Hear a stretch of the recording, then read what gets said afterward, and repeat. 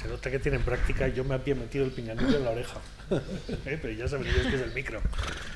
Bueno, vamos a hacer una mesa redonda o en realidad brainstorming. O sea, de lo que se trata es, después de haber tenido el privilegio de escucharles, y además en este orden que me ha parecido muy acertado, bueno, pues, por un lado, a vosotros sugeríos que si se os ha quedado algo en el tintero y que teníais ganas de decir, aprovechéis este momento sin necesidad de buscar una excusa para decirlo, que para eso tenéis la libertad en este momento. Y quizás esté acoplando mi micro con el... Me quito el micro, yo tengo voz fuerte, o sea que no se vea todo bien.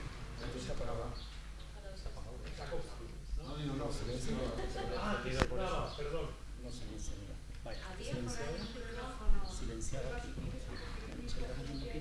Sí.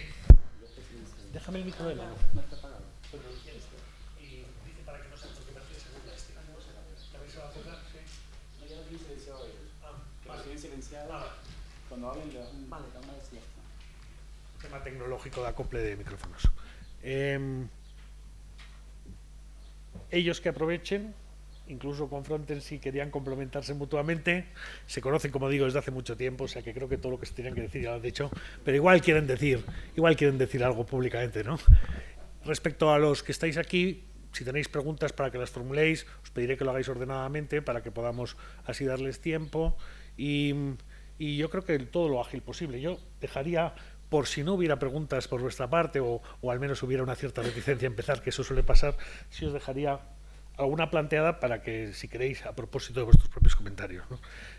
Como ha salido la suspensión de los encuentros restaurativos en el 2012 con el cambio de gobierno, bueno, pues a mí me parece que ahí deberíamos incidir. Diría, la primera pregunta, al menos interesante para mí, es, teniendo en cuenta que esto es una experiencia muy personal, que tú has vivido desde luego personalísimamente y desde ese punto de vista me parece además irreprochable, indiscutible, un derecho, tendríamos que decir, ¿no?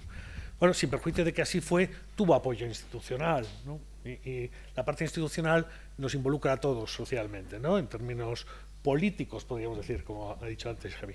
Yo no quiero hablar del alcance político o el pretendido alcance político de la fenomenología asociada a ETA, o al menos no desde que se instauró la democracia en España. Me parece que siempre ha sido una excusa y precisamente lo que no tenía era ese carácter político. Yo lo he considerado desde después. No, para salvar. Luego. Gracias. Siempre lo he considerado, en fin, a ETA desde mucho antes del año 99, pues una organización criminal que, en fin, todo matiz ideológico, político, sobre lo que pudiera tener, había desaparecido para constituirse simplemente como un grupo de delincuentes, ¿no?, que nos hicieron la vida imposible a muchos. Pero sí lo había. Y lo hay también en tanto que hay presos, y lo hay también en tanto que hay una política criminal, y también hay una política penitenciaria, y hay muchos aspectos que quedan ahí todavía vinculados social y desde ese punto de vista también políticamente hablando, ¿no? Entonces, bueno, se suspenden los encuentros y esa es una decisión política, ¿no? Y se toma, por tanto, por los representantes políticos de la sociedad en términos democráticos, eso que ETA no respetó nunca, ¿no?, que es la democracia.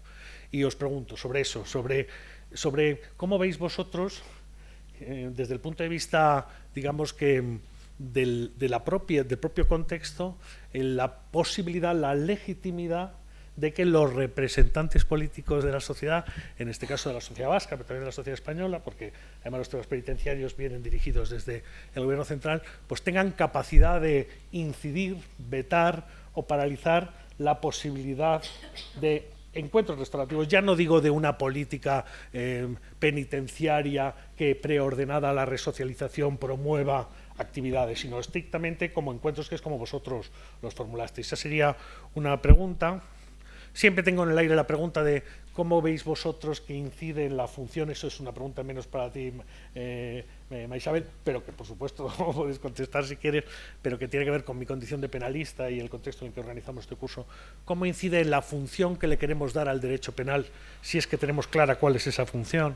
Yo soy preventivista, pero hay retribucionistas seguramente muchos, y hay restauracionistas desde el punto de vista de una justicia penal alternativa, ¿no? Bueno, ¿qué papel le damos o cómo puede incidir positiva o negativamente en una función preventivo general negativa, que es la que yo creo esencial, este tipo de cosas, si se incorporan con consecuencias en el sistema penitenciario? Es decir, si de los acuerdos nacen consecuencias positivas para el victimario o para el preso, para el reo, ¿no? Y luego a la propia Maisabel dejó colgada, pregunta si te apetece contestar, leí que que una jueza de vigilancia penitenciaria le había impedido a Luis Carrasco acudir a la presentación del libro de Los ojos del otro, ¿no? ¿Qué opinión te merecía eso? ¿Cómo lo veías? Porque está instaurado a mitad de camino entre cumplimiento, ¿no?, y digamos que convivencia, que ese es el leitmotiv que te ha movido siempre, ¿no? Dejo eso por ahí, luego ya adelante me vais diciendo las preguntas, ¿de acuerdo? Apago el micrófono.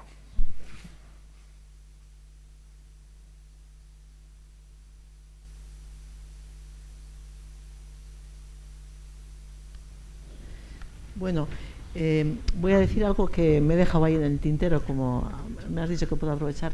No, quería decir simplemente que estos encuentros restaurativos han sido totalmente voluntarios. Es decir, nos insistió Esther que en cualquier momento del proceso, si alguien se encontraba con dificultades de seguir adelante, y creo que es importante remarcarlo, pues podía decidir dejar los encuentros restaurativos, ¿no? Yo reconozco también que las víctimas, como cualquier otro colectivo, somos plurales, mixtas, como la inmensa mayoría de los ciudadanos, pensamos de distintas formas sobre distintos aspectos y que muchísimas víctimas, pues por supuesto, no quieren utilizar esta vía, ¿no?, de política restaurativa. Pero como nosotros lo hemos hecho, al menos todos los que hemos participado, de forma voluntaria, hemos hecho porque estábamos convencidas que para nosotros era bueno, era mejor que la punitiva, sencillamente, ¿no?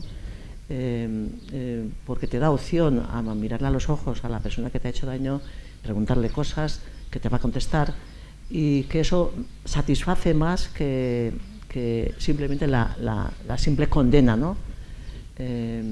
Y desde luego a mí me ha servido de muchísimo más.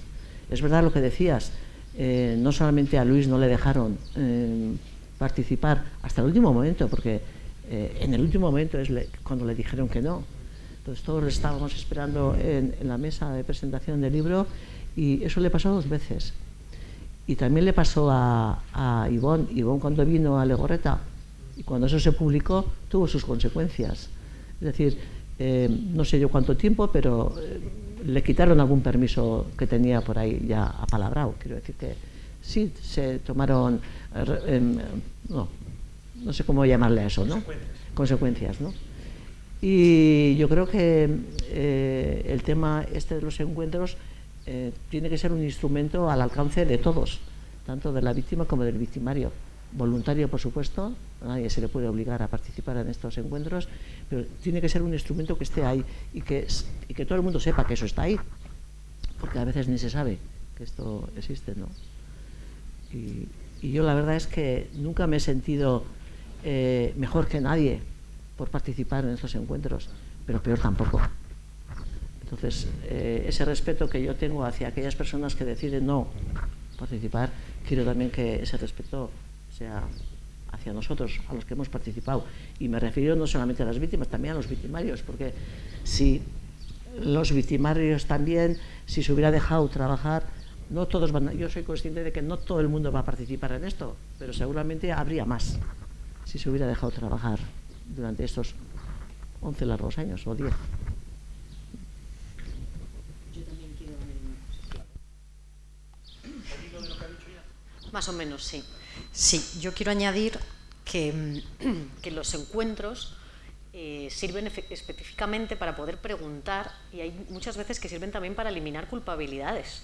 O sea, en el proceso de victimización, muchas de las víctimas se culpan de cosas, es un mecanismo. Es un mecanismo, ¿no?, que se produce. Si yo hubiese estado allí, si hubiese ido, si lo hubiese acompañado, no lo hubiesen hecho.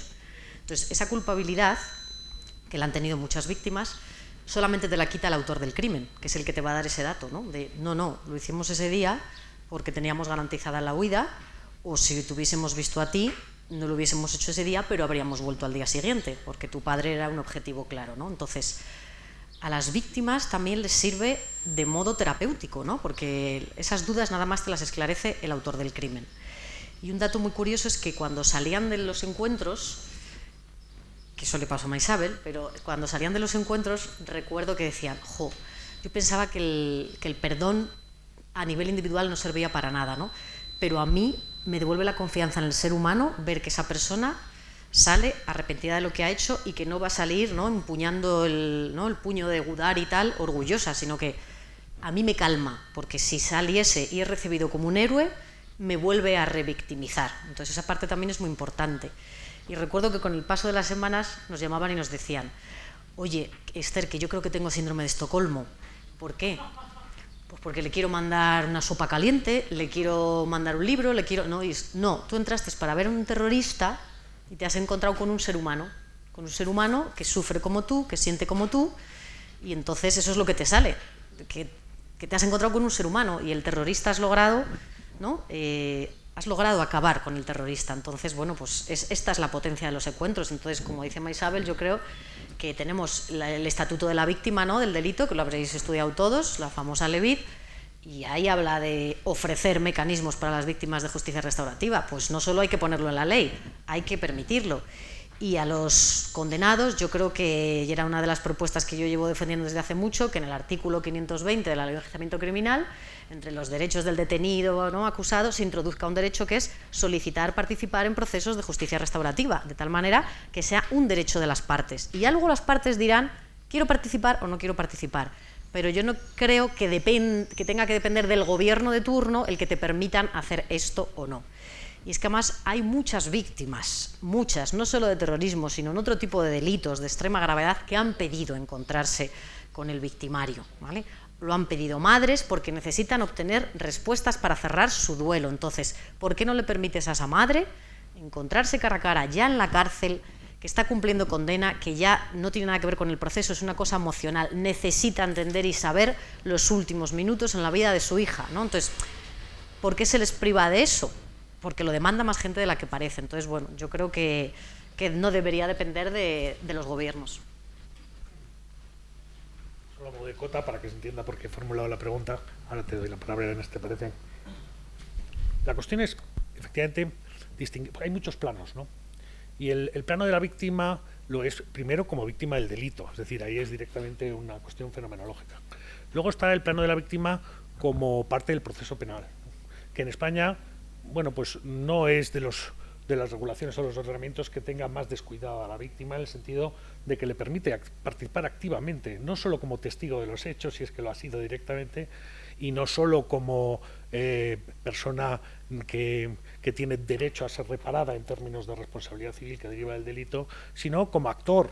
Tiene legitimación de accionar, y no solo accionar civilmente, sino accionar penalmente, incluso si no hay acusación pública. Quiero decir que eso es una excentricidad dentro de los sistemas penales que le da un papel protagónico, dirían en Latinoamérica, a la víctima en el proceso penal, ¿no? Y luego, claro, damos un salto una vez que se ha producido el procedimiento. Ahí me ha hecho, te iba a decir ilusión, no es la expresión, me he sentido identificado con lo que decías, ¿no? La sensación que tiene la víctima en el proceso penal de que aquel proceso no va con ella, ¿eh? Porque a lo sumo se le pregunta si ha sido testigo directo sobre alguna circunstancia concreta de los hechos delictivos que allí se enjuician, pero nada más. Sobre cómo se siente, por supuesto, no te van a preguntar, ¿no? Y acaso sobre cómo te reparan, si es que hay algún aspecto concreto, ¿no?, en la indemnización, reparación, etcétera, que haya. Pero por lo demás, efectivamente, el proceso ahí lo vives como un hecho externo, aunque estés. Ciertamente que si te has personado como acusación particular, pues puedes empujar a través de tu representación letrada para que se condene, claro, porque estamos buscando la imposición de la pena y, en su caso, la responsabilidad civil. Pero una vez pasada esa fase, vamos a la ejecución, cuando hablamos de penas privativas de libertad en relación con delitos graves, y ahí nuevamente se le puede volver a dar un protagonismo a la víctima, ¿no? Pero se le puede dar si el sistema considera que eso es bueno desde el punto de vista del objeto final, que sería la resocialización como fin ideal, constitucionalmente recogido, por cierto, ¿no? Pero también lo puede ser desde el punto de vista de la víctima, si todo eso que le gustaría haber podido hacer para confrontar y entender el por qué de pronto se ha convertido en víctima, puede hacerlo a través de un encuentro directo de la manera restaurativa. En realidad yo creo que las pegas vinieron, porque claro, se juntaba un encuentro, que es lo que vosotros promovisteis, con el concepto de justicia restaurativa alternativa a la justicia retributiva, que tiene sus detractores y sus defensores, y el método, que es el de mediación, que está pensando en términos de resolución de conflictos jurídicos en planos de igualdad y no en planos de desigualdad como se operan aquí, ¿no? Entonces, utilizar mediación para hacer justicia restaurativa en pro del víctima y victimario, eso, para que lo entienda todo el colectivo también desde el punto de vista sistémico es difícil. En la fase de penitenciaria yo entiendo que se entiende mucho mejor, siempre que lo vincules a resocialización. Si de la resocialización, que es el objetivo, que sería un objetivo positivo, también obtienes un objetivo positivo para la víctima, ¿quién narices puede oponer racionalmente algo frente a eso, ¿no? Incluso desde el punto de vista de que el sistema ponga medios para que eso suceda, que es de lo que va el carácter de la involucración, y por eso hacía la pregunta. Pero también tiene sus detractores, que yo creo que también hay que escuchar, ¿no? Y todos somos, de alguna manera, esclavos de nuestros propios subsistemas. Los miembros de ETA lo eran de ETA hasta que se liberan, luego no tienen subsistema al que adherirse, ¿no? Los miembros del Partido Socialista de Euskadi pues eran un subsistema también para vosotros, lo siguen siendo de alguna manera, ¿no? Claro, los ámbitos de libertad dentro de los subsistemas, tampoco uno toma decisiones siempre que sean libres y espontáneas para que todo el mundo las acepte, sino simplemente para su propia sensación de alivio, ¿no? Y obviamente que era voluntario, pues no podía ser de otra manera, solo faltaba que pudiéramos forzar a víctimas a llevar a cabo encuentros en aras de finalidades, imagínate, penitenciarias, ¿no? Eso sería impensable, diríamos, desde el punto de vista constitucional. Adelante, Elena.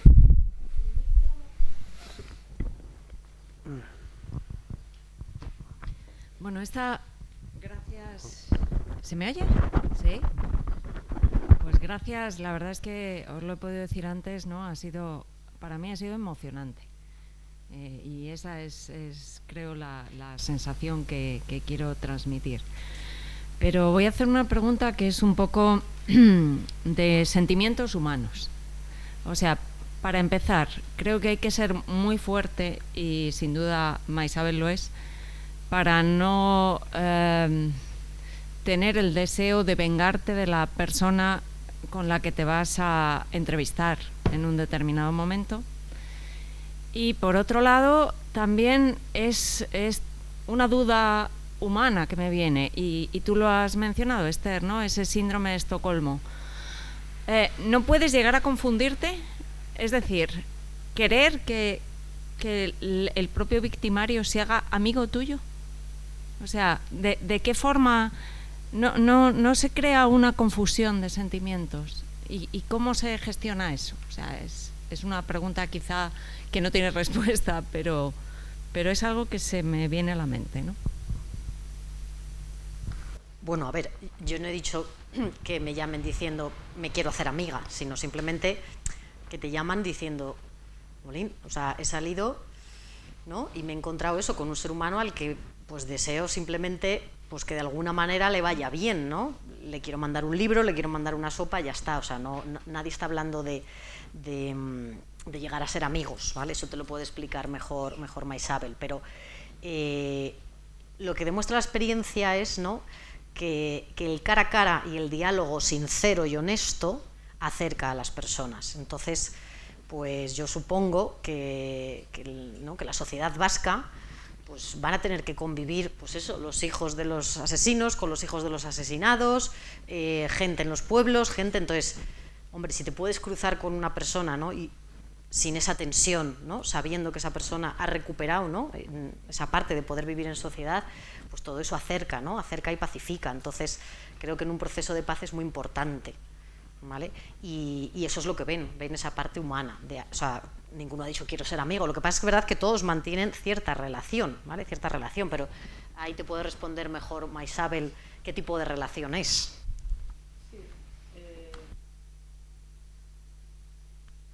La relación es ese vínculo que surge ahí entre víctima y victimario. Yo entiendo que es difícil de entender por el que no lo ha vivido, pero es así. Yo ideológicamente, lo he dicho antes también, yo pues seguramente estoy a años luz de ellos.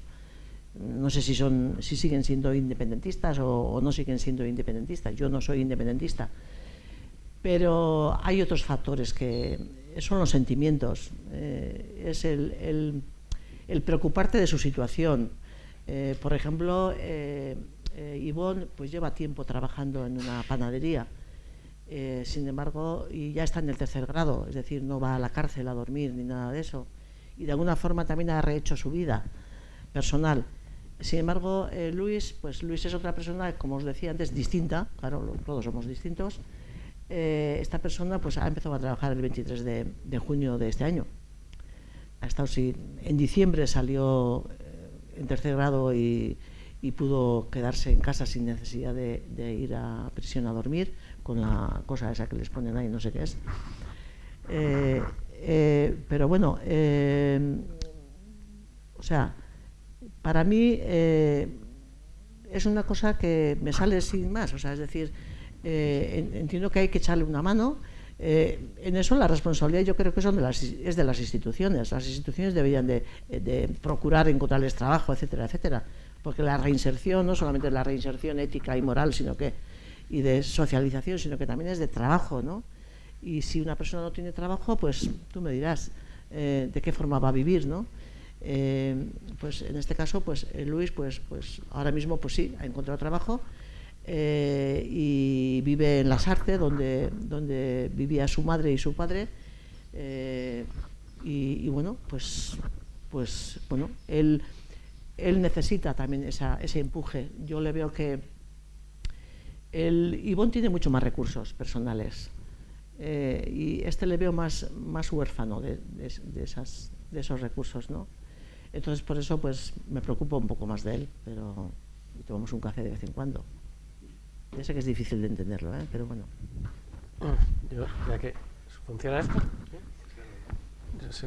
Bueno, ya que estoy aquí, aunque tengo interés en oír sobre todo a la gente joven también, a ver qué quieren decir, pero sí respecto a lo primero que decía Arturo, que es interesante decir. Primero, el tema de la pregunta de por qué se interrumpieron en el 2012 todas estas políticas, porque también fue los talleres, lo explica en el libro de Los ojos del otro uno de los mediadores que se incorporó al equipo en la segunda fase, Pepe Castilla, y ahí, si a alguien le interesa, tiene una explicación. Por supuesto que los nuevos mandos del Ministerio de Interior, en el caso concreto Ángel Yuste como secretario general de Instituciones Penitenciarias, tiene la legitimidad para hacer las políticas penitenciarias que le parezca oportuno.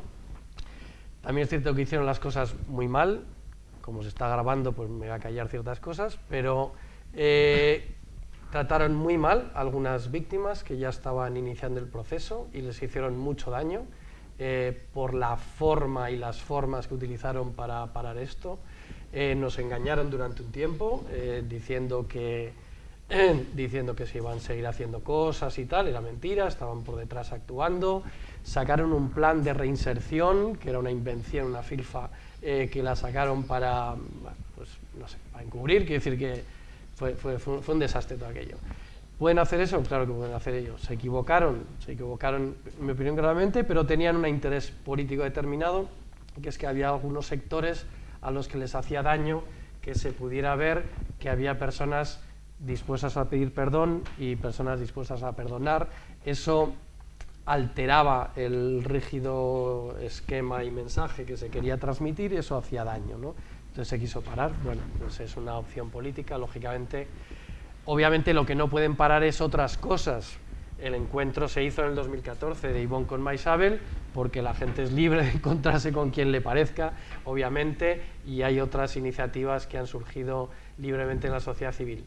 Y lo último, el tema de que esto va más allá de lo jurídico, y prueba clara es que, por ejemplo, a nadie se le ocurrió que por participar en esto hubiera redenciones extraordinarias, por ejemplo, ¿no? Eso no ocurrió en absoluto. La mayoría de los miembros de la Viana Enclares, una vez que acabó la política que había hecho el gobierno socialista y empezó la del PP, cumplieron íntegras sus condenas dentro de prisión hasta el último día. Hubo evidentemente represalias a Ivonne, por ejemplo. Yo era entonces quien le llevaba ese tema, y era porque en sus permisos se juntaba con personas inconvenientes. Esa es la razón de negarle un permiso, ¿vale? Contigo le meten a tercer grado, a primero. ¿No? Otro, por ejemplo, yo seguro solo por aparecer en un programa de radio de la cadena SER, por ejemplo, compartiendo estudio con Iñaki García Rizabalaga, una víctima de ETA, y con Ángel Gabilondo, hoy día defensor del pueblo, pues se quedó 4 meses sin permiso hasta que se ganó ese recurso en el juzgado de vigilancia penitenciaria, ¿no? Es decir, que bueno, pues que había unos intereses ahí determinados en parar esto. Bueno, sobre eso ya complemento, ahora le doy la palabra a esta señorita. Yo hablaba de legitimación, luego no hablaba del uso que se haga de esa legitimación. Había una política penitenciaria, ha habido políticas penitenciarias frente a ETA. la mayoría de ellas desviadas de la ley, algunas francamente incumplidoras de la ley. O sea que eso es así, se ha denunciado, ¿no? De manera que una cosa es la legitimación para llevar a cabo y otra es torcer la ley para desde esa legitimación hacer otra cosa. Y que se haya manejado en una o en otra dirección esa política criminal penitenciaria, pues es una obviedad que no soporta mayor comentario, creo yo, ¿no?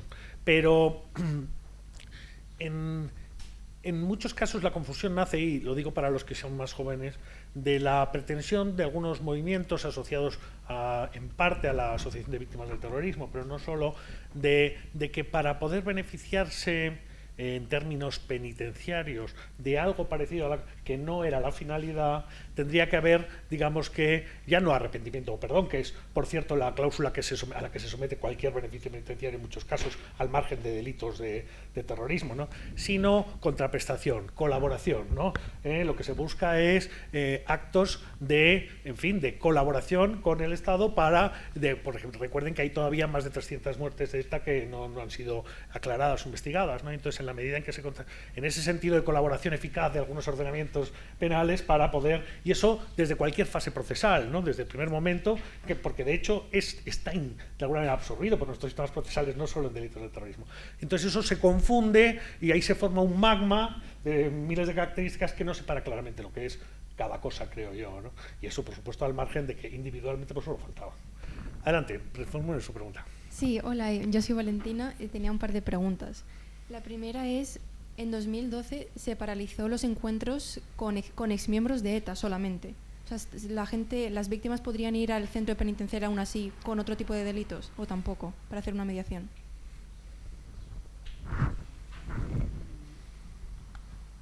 A ver, la mediación penitenciaria de conflictos entre presos también la paralizaron. Bueno, porque eso es un gobierno que cree a lo mejor, ¿no?, en la mediación y otro que no cree. Y la mediación entre víctima e infractor, esa siempre se hacía antes del juicio. Entonces, pero después, una vez el preso ya esté en el centro, no se podía. No ¿Con se otro podía. tipo de delitos tampoco? No se podía. Vale. No se podía. Y mi segunda pregunta es, creo que todos estos encuentros, sobre todo la mediación, se centra en que para que se den tiene que haber un arrepentimiento del victimario, pero en el caso de que el victimario no se arrepintiese, ¿no cabría una posibilidad de una mediación? Porque a lo mejor puede caber un perdón de la víctima aunque no haya el arrepentimiento del victimario.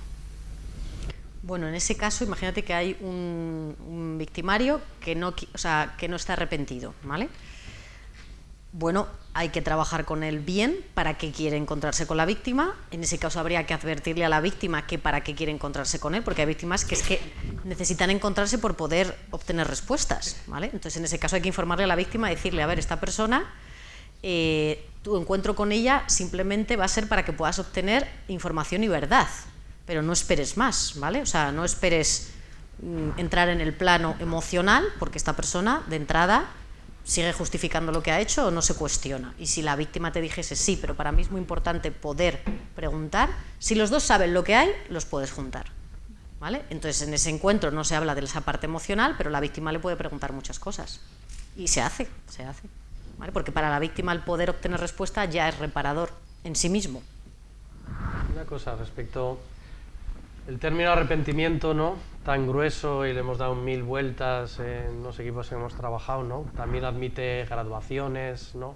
Hay quien dice, no, la palabra arrepentirse, por ejemplo, muchos la relacionan y muchos la habían clares, la rechazaban por su unión con la idea de los pentiti y el sistema, ¿no?, italiano que implica la delación, lo que aquí fue lo que se llamó la vía Suárez-Gamboa, ¿no? Arrepentimiento en cuanto a delación, no. Y yo no me arrepiento, o eso tiene connotaciones religiosas, no sé, es una palabra compleja. Pero al fin y al cabo hay distintas maneras de expresar siento lo que te pasó, ojalá no hubiera ocurrido, desearía no haberlo hecho. ¿Vale? Hay distintos grados. Sí es cierto, yo creo que es algo en lo que también hemos ido igual evolucionando, igual en los mecanismos de justicia restaurativa hemos tenido un exceso de intención de proteger a la víctima de la revictimización, a veces tratándola de una forma un poco paternalista. Entonces, para evitarle cualquier tipo de daño, lo primero que vamos a hacer es trabajar con el infractor, hablo en general, y entonces solo cuando esté ya completamente preparado a nuestro juicio, vamos a ir donde la víctima para no hacerle ningún daño. Bueno, pues igual hay que decir, oye, es una persona adulta, vamos a empezar a trabajar y a ver hasta dónde quiere llegar y le vamos a informar, pues mira, esta persona está en esta situación, ¿tú quieres? ¿No quieres? ¿Qué quieres?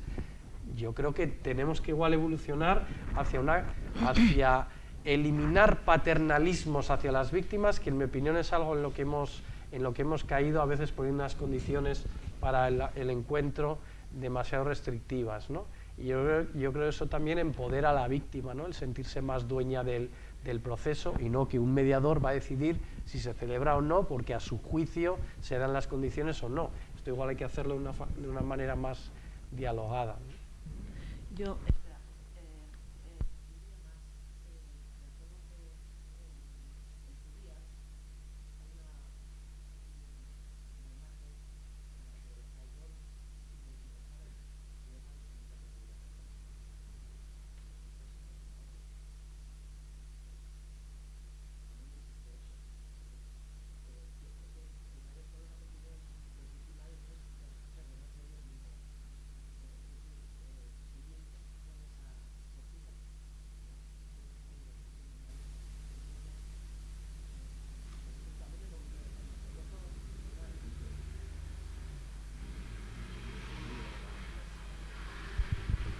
Adelante.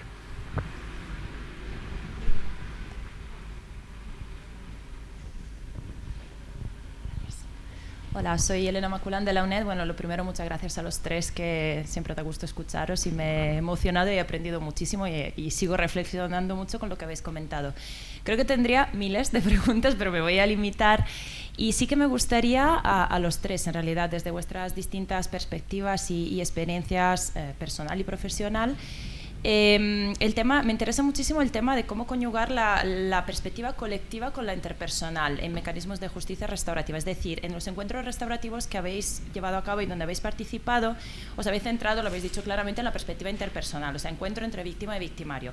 Sabemos que la justicia restaurativa tiene otros mecanismos donde también se incorpora a miembros de la sociedad civil de distinta clase, que es un poco lo que se hizo en cierta medida en los talleres de convivencia, ¿no?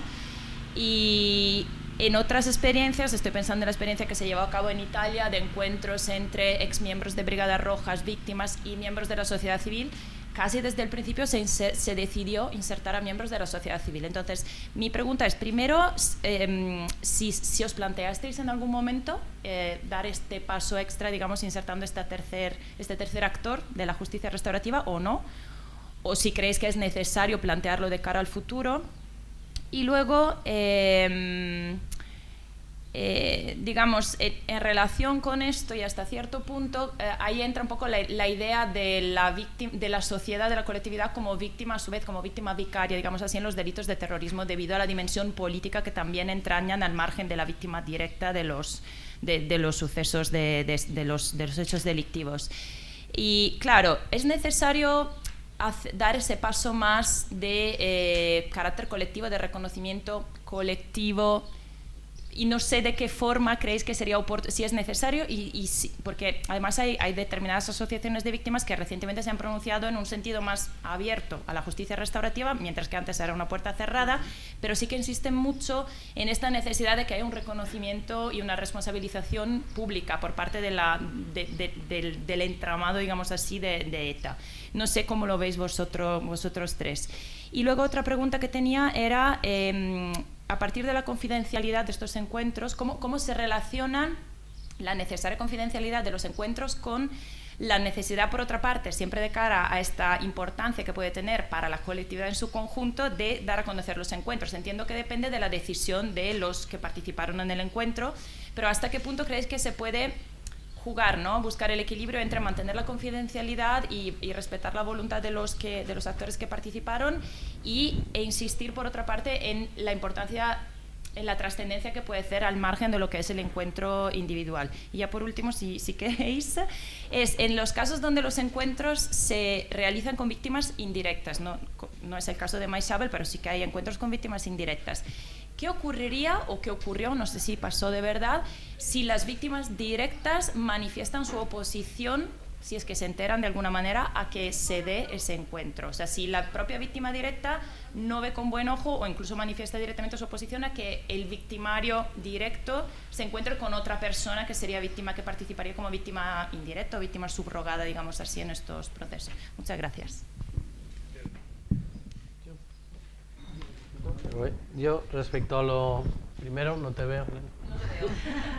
Respecto a lo primero, en aquel momento no se planteó, yo creo porque partimos de este esquema de encuentro restaurativo individual con una metodología de mediación en su momento. También yo creo en gran parte porque se hizo muy clandestinamente, como decía antes Esther, nos hicieron unos carnés de colaboradores penitenciarios y entrábamos ahí por la garita de Nanclares y entraban en coches medio camuflados, ¿no? Y que no se enterara prácticamente nadie porque los riesgos de una filtración que se asumieron fueron gordos, como bien Saima Isabel hubiese podido explotar aquello, ¿no? Luego, Elena, sí se han hecho cosas en un sentido más amplio, ¿no? Bueno, algo parecido a círculos, etcétera. Yo sí que creo que hay que caminar en ese sentido, de incorporar prácticas restaurativas más amplias, incorporando a actores de la sociedad civil, actores institucionales, haciendo trabajos en grupo, empezando a trabajar directamente con víctimas, y algún planteamiento tenemos en ese sentido. No trabajar todo el rato desde la prisión y con presos, es decir, hay un montón de exterroristas libres, ¿no?, que podían querer entrar en procesos. Sí se están haciendo cosas de algunas asociaciones como Baquetic, o se hizo aquel acto conocido de Rentería, etcétera. También igual había que incluir, esto lo reclama también la izquierda abertzale, otro tipo de victimizaciones, ¿no?, que también ha habido y que solo nos estamos centrando en el caso de ETA, y quizás habría otras víctimas que querrían escuchar bueno, pues alguna expresión reparadora, ¿no? O sea que yo creo que todavía queda muchísimo trabajar. Otra cosa es la dimensión colectiva de que los representantes oficiales de la izquierda abertzale vayan a hacer la autocrítica ética que estamos esperando ya desde hace tiempo y que no sé si veremos algún día o no, la verdad, así como estamento oficial, ¿no? Y el Parlamento le estará diciendo algo al presidente del gobierno sobre eso. Recordad que el apoyo en EH Bildu para la toma de decisiones gubernativas en esta actual legislatura es precisamente uno de los ejes por los que de alguna manera se está revertiendo todo esto, en la medida en que las organizaciones políticas que ahora y desde entonces y antes apoyaron de alguna manera directa o indirectamente el terrorismo de ETA, ahora sean en las que se apoya esta nueva etapa del gobierno socialista, un reduccionismo absoluto que obliga a explicarse. Pero si me dejáis yo sobre eso, diría una última cosa que tiene que ver, que son, o sea, yo creo que la política criminal es política, ¿de acuerdo? Antes que nada. Pero claro, es una parte solo de la política. Todo lo demás es la gran política. Y muchas de las cosas que se dicen vinculadas a pretensiones restaurativas ya tienen que ver, a mi juicio, con la gran política. O sea, yo creo que el derecho penal es una herramienta muy tosca. Sirve para lo que sirve, ¿no? Básicamente para tratar de prevenir delitos, ¿no?, mediante amenaza de sanciones graves, ¿no? Y es verdad que, digamos que no sé si residual, pero en paralelo le hemos asociado una pretensión constitucionalmente reconocida, que es la resocializadora, pero la resocializadora yo diría que en un plano muy reducido, que es el de conseguir que quien ha delinquido una vez no vuelva a hacerlo. O sea, resocializarse en el sentido de que si antes no sabías convivir respetando los bienes jurídicos que protegemos penalmente, cuando cumplas la pena o estés preparado, sí sepas hacerlo. Pero sin ninguna otra pretensión ética ni que vaya más allá. No quiero que interiorices y compartas mis valores. No quiero que, si tú internamente crees que la lucha armada frente al capitalismo es el único mecanismo de liberación de los pueblos, dejes de pensar eso. Piensa lo que te dé la gana. Pero no me mates, no me extorsiones, no me robes, no busco. Y sin embargo, en la política penitenciaria, al menos para alcanzar los beneficios en algunas vías, lo que se ha hecho es asociar a arrepentimiento, a perdón, a cambio de actitud, a proactivación. Justo lo que no busca la pena, creo yo, ni tiene por qué buscar. Sí lo debe buscar la política. La mejor política para el mayor número posible de personas, ¿no? Es una evidencia. Y eso hay que conectarlo, pero no lo veo desde el punto de vista de la política criminal, o solo lo veo parcialmente. Ahora, dicho eso, todo lo que pueda favorecer la posición de cualquier víctima en el marco de la política criminal en cualquiera de sus fases, bienvenido sea. Bienvenido sea, y que cuente con el apoyo institucional y que cada uno manifieste su opinión a propósito de eso, que es muy libre de hacerse, ¿no?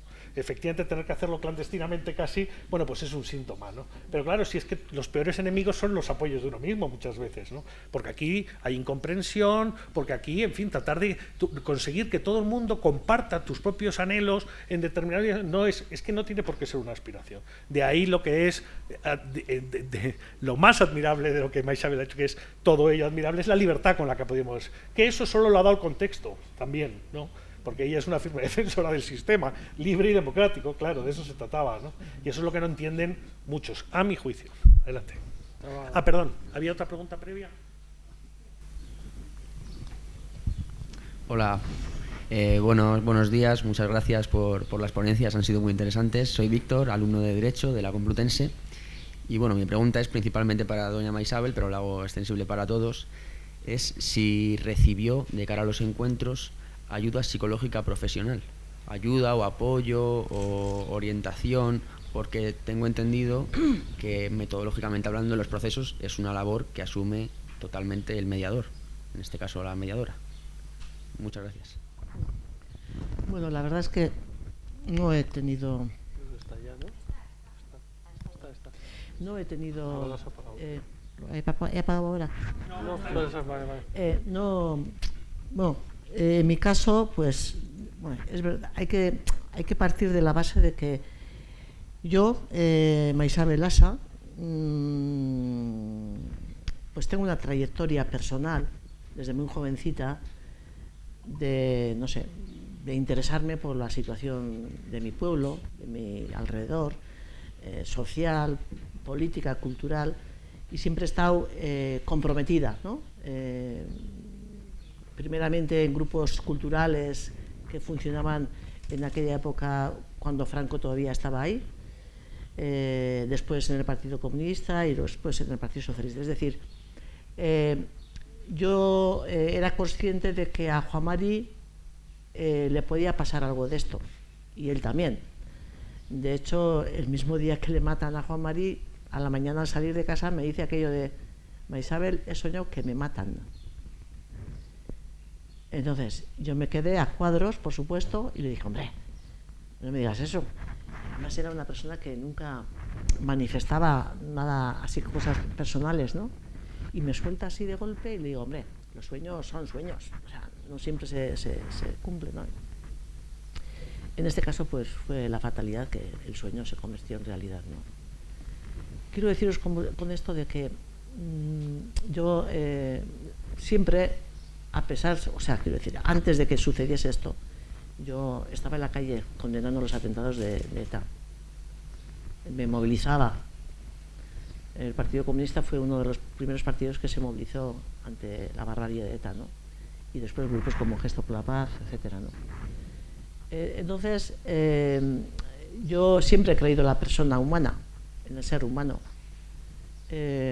Así como el que tiene convicciones religiosas fuertes, también el creer le sirve para afrontar lo que le ha sucedido. A mí también me reforzaba mis convicciones, ¿no? Y yo me acuerdo que después de decirme esto Juan Mari, me dejaron verle. Y le vi como una sonrisa, un rictus, ahí. Y yo me hice mi película. Y me dice, mi película en este sentido, me dice: a mí me han matado, pero esto lo vamos a ganar, ¿no? Entonces, no sé, yo, la verdad, no sé si por suerte o por no suerte, pero no he tenido necesidad de acudir a un psicólogo. Entonces, no sé, no necesité. Espera un segundo, que le voy a decir que la mediación no es un espacio terapéutico, ¿vale? Una cosa es que de una experiencia tú puedas, ¿no?, obtener beneficios terapéuticos de manera individual, pero el mediador no hace terapia, ¿vale? El mediador acompaña a las partes, el mediador es un puente, o sea, hace que las personas sean capaces de hablar, pero los protagonistas son ellos. De hecho, el mediador interviene mucho en la preparación, pero en el encuentro, una vez que les presenta y una vez que hace que fluya el diálogo, el mediador podría salir de la sala, ¿vale? Es totalmente imprescindible. O sea, empodera a las partes a que sean capaces de hablar. Entonces, nunca hace terapia.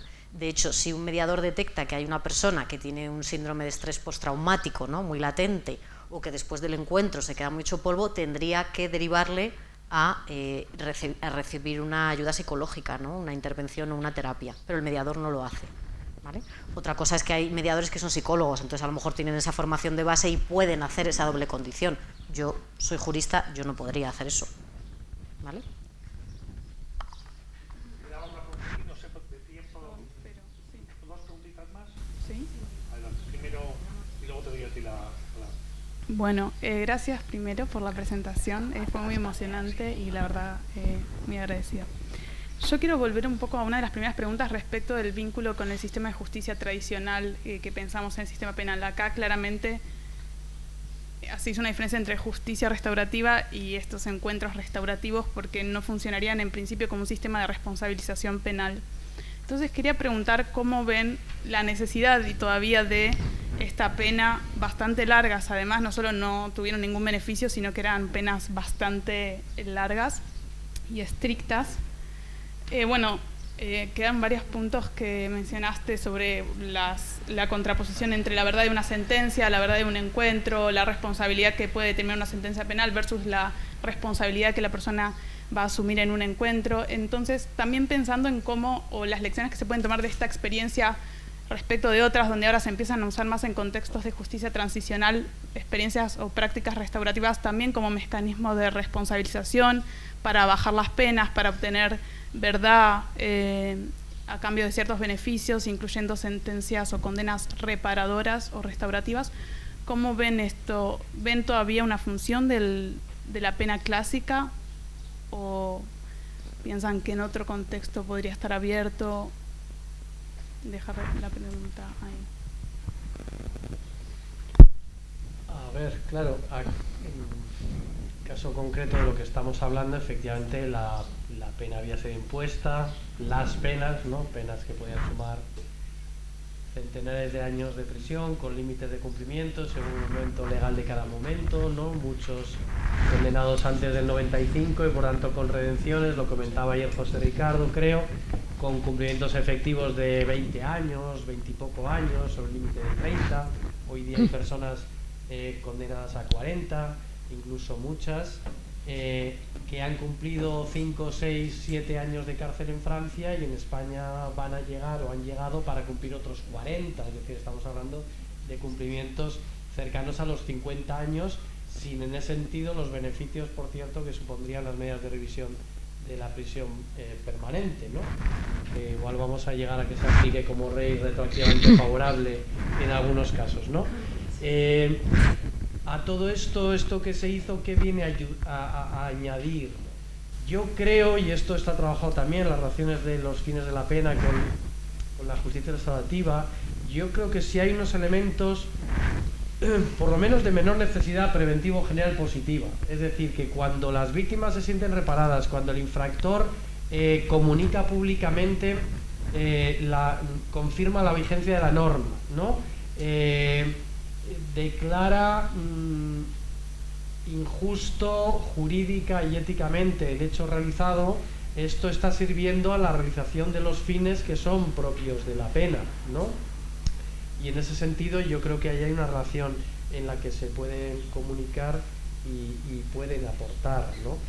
En concreto, y eso pues lo decía también de mención, que lo ha trabajado, ¿no?, Elena Maculana académicamente, claro, el hecho de haber participado en estas cosas no ha servido en principio para avanzar en su proceso de resocialización. La mayor parte decían cumplido ya, etcétera. Pero sí es cierto que, por ejemplo, Ivonne y Luis, que son los que habían sido detenidos y condenados más tarde, en el año 2001, pues evidentemente el hecho de haber avanzado en su proceso de asunción de su responsabilidad, el hecho de haber avanzado en el cumplimiento de los requisitos del artículo 72.6 de la Ley Penitenciaria, que habla del repudio a su actividad delictiva, del perdón a sus víctimas, etcétera. Estos contenidos moralizantes yo tampoco comparto que deban estar en la fuerza coactiva del Estado, pero lo cierto es que están ahí y se utilizan. Entonces, Estos encuentros no les han servido para conseguir un permiso, un 100.2, un tercer grado o la pulsera telemática, al cacharro que decía Maisabel, es la pulsera telemática esta. A eso a lo que más ayudó fue el tema del virus, la verdad. Sí.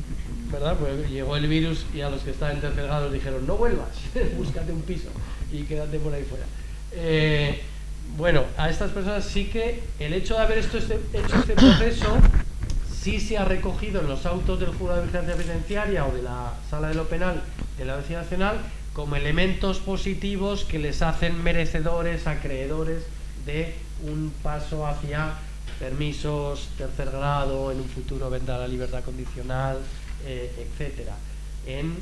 Bueno, hay cierta ligazón, ¿no?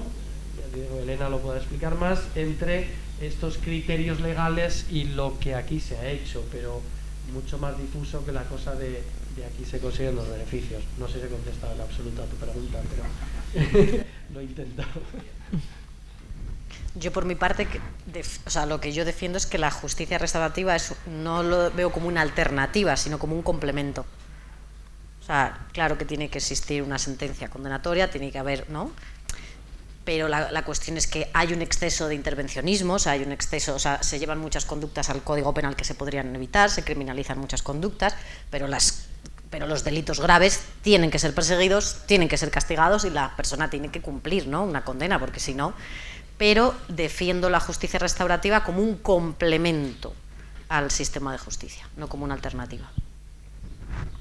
Yo por mi parte, y antes de darle la palabra a la profesora Aqueles, perdón por el diminutivo, acabo de darme cuenta que te llamo como entre amigos.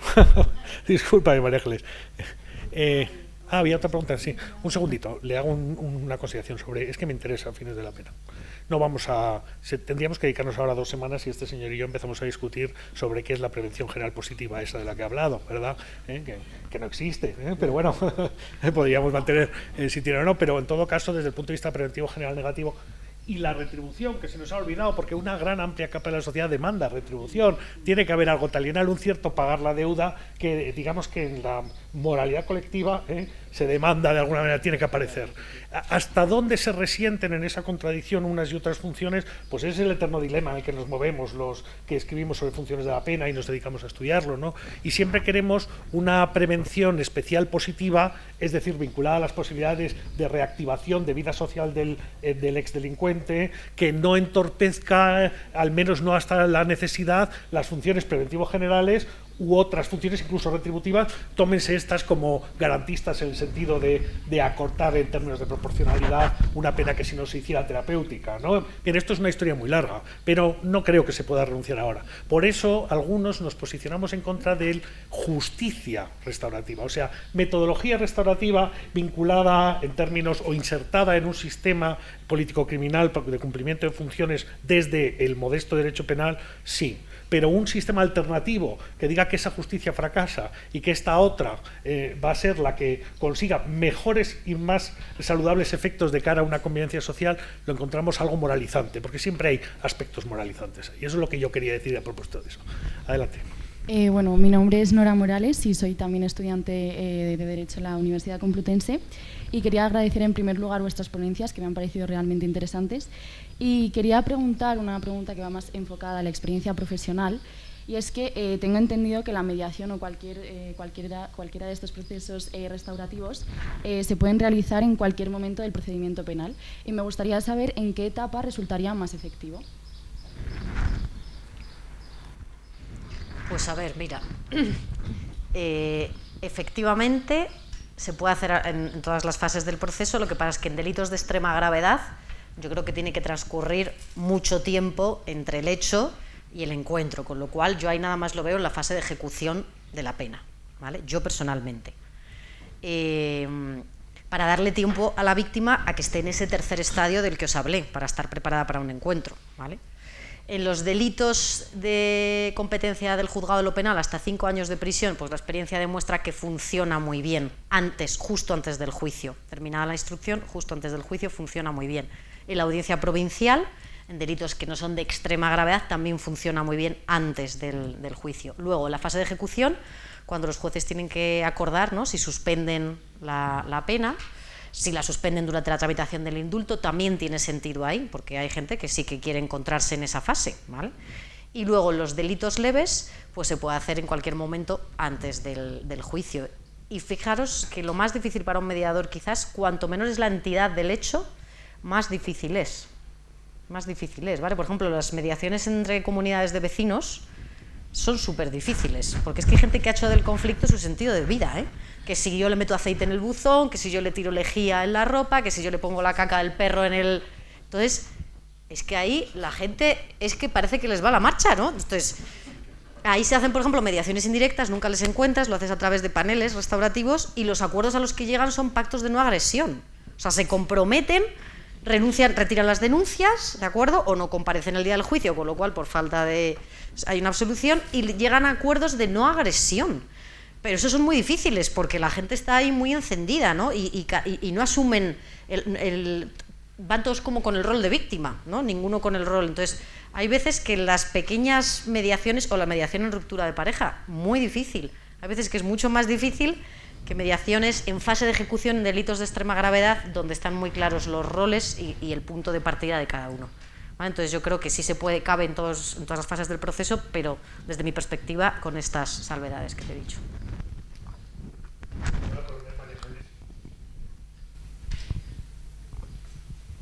Bien, yo soy María Ángeles Ruiz y quiero felicitar a los intervinientes por su estupenda exposición. A mí me ha encantado, también me ha emocionado como Elena, y me parece muy interesante hablar de esos temas que los que hemos vivido cerca esas experiencias o esos momentos históricos, pues todavía lo tenemos muy presente.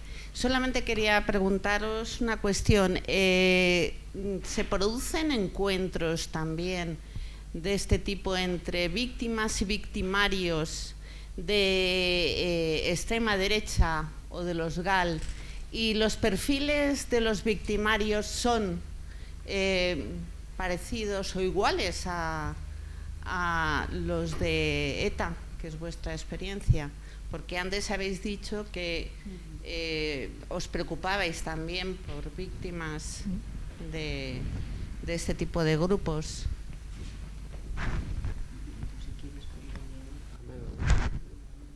Bueno, sí que se haya hecho público, ¿no? Y apareció en prensa y hay libros sobre, capítulos de libros sobre el tema. Hubo un encuentro, más de un encuentro entre el comisario Amedo, ¿no? O sea, Amedo y Pili Zabala, ¿no? La hermana de un asesinado, ¿no? Por la Guardia Civil. Y se han producido encuentros por ahí. También ha habido otras cosas que no son públicas, también por ahí, ¿no? Yo ya en concreto, si son iguales o no, como no lo conozco directamente, pues no me atrevería a opinar. Yo creo que sí es interesante lo que ha comentado... Voy a poner... lo que ha comentado Maisabel de Glen Creek como práctica restaurativa, ¿no? En un sentido amplio, esa experiencia en que juntó a diversos tipos de víctimas que se encontraban a distintos lados de barreras ideológicas y sociales, ¿no?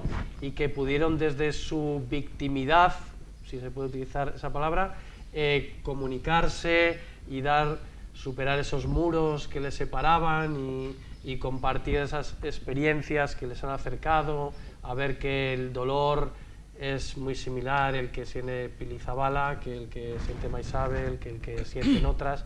En ese sentido yo sí que creo que ha habido cosas, pero sí, mucho más que eso, en casos, por ejemplo, relacionados con los atentados del 11M, sí que ha participado Esther, ¿no?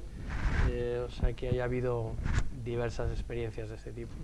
Yo participé la semana pasada en una reunión así cerrada, de estas discretas, que casi todos eran profesores, investigadores, y se planteó precisamente este tema, de los encuentros entre fuerzas y cuerpos de seguridad del Estado que hicieron las cosas que hicieron, con sus víctimas, claro.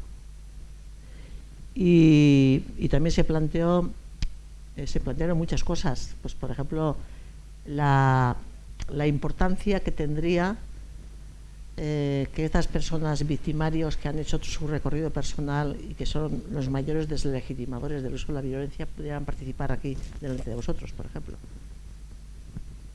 O que el tema de la justicia restaurativa y de los encuentros se debata dentro de los colectivos de víctimas, que tampoco se ha hecho. Entonces, claro, si no se hacen cosas de estas, pues luego no hay posibilidades o hay menos posibilidades.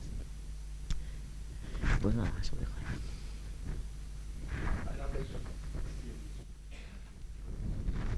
Muy rápidamente, bueno, agradecer las intervenciones, la sesión que está siendo apasionante y emocionante y muy interesante. Solo quería intervenir porque ayer estuvimos analizando tribunales penales internacionales, los tribunales ad hoc, y no nos dio tiempo finalmente a hablar de la Corte Penal Internacional, ¿no? Entonces quería que esta experiencia tan ejemplar de Maisabel, ¿no? de esta metodología restaurativa también que se está implantando en la Administración de Justicia o que se puede promover que se implante en la Administración de Justicia, también se está compartiendo, por ejemplo, con el Tribunal Penal Internacional. Ya en la Corte Penal Internacional la figura de la víctima ha cambiado, ya está dentro en el centro del proceso, y también es fundamental la ampliación del concepto de víctima. No solo hablamos de víctimas directas, también hablamos de víctimas indirectas, ¿no? Y, por ejemplo, también se está buscando, en sentencias recientes, como en 2017 la sentencia del caso Almadi, el perdón del victimario, ¿no? Del responsable. Por lo tanto, entiendo que esta justicia restaurativa no es una gota en el océano, esto no es un ejemplo aislado, sino que es un ejemplo que creo que puede exportarse, extenderse y que irá calando tanto a nivel nacional como internacional. Solo quería añadir esta cuestión. Bueno, para concluir, y enlazo con lo que has dicho, claro, quizá ha quedado demasiado radical lo que he dicho antes. Quiero decir, porque el contexto del propio seminario es distinto, ¿no? Cuando se disputa el poder y cuando la violencia lo que genera es un problema que trasciende al de la delincuencia. Cuando decía antes que el derecho penal, y perdonad que me interrumpa a mí mismo, es una herramienta tosca, pero es una herramienta tosca útil, aparentemente sirve en una sociedad vertebrada, más o menos, ¿de acuerdo? Y hasta ahí despliega sus efectos bien. Cuando rompemos los límites de eso, de una sociedad vertebrada y de un conflicto que llamamos penal, pasamos a un conflicto de otra naturaleza.